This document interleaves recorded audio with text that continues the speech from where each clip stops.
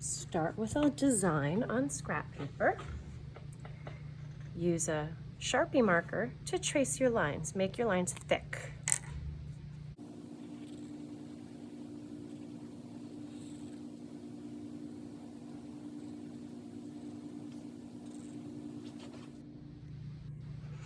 Once you're done, bring this to the light box or the screen and trace it onto watercolor paper. But you're going to trace around the edges of your black lines to make a thick line with pencil. Let me show you what I mean. Okay, I'm on the light box now. When I trace this, I'm going to trace around the lines that I have. So I'm going to kind of make bubble lines like that.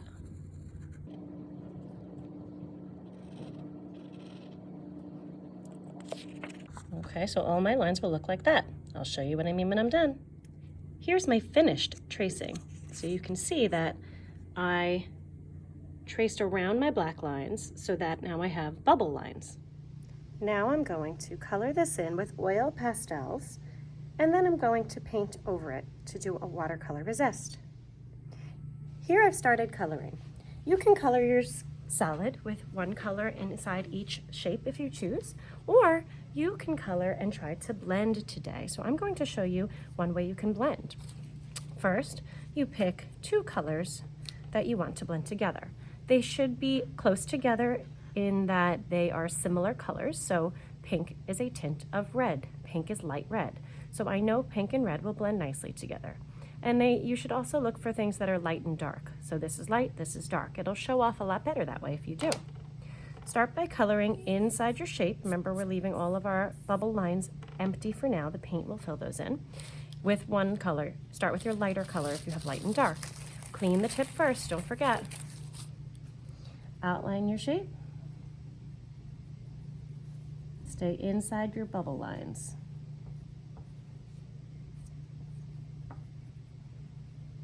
Color the whole thing in.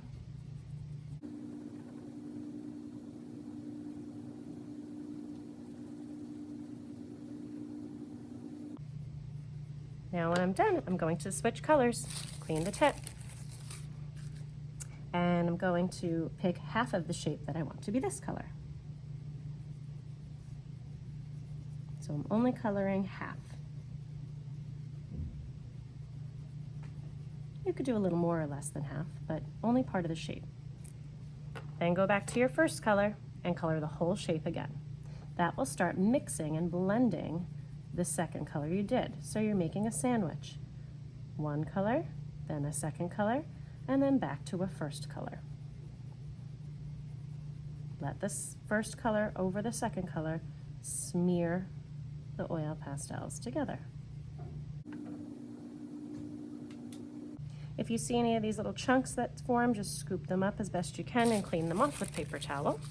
And if you want to add more of that second color in, you can absolutely swish in a little bit more on top.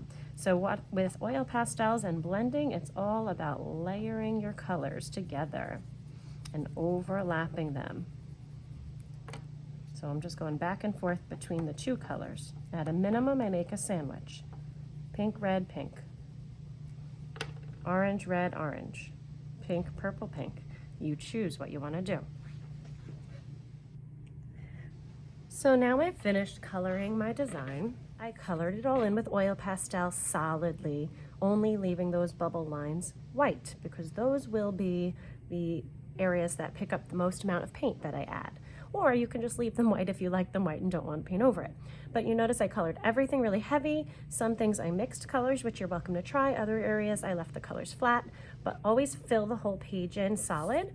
Even if you are doing a picture instead of like an abstract shape design like I did, if you do a picture of something like this little landscape, even this, I have my lines bubbled over and I will color in every single inside shape.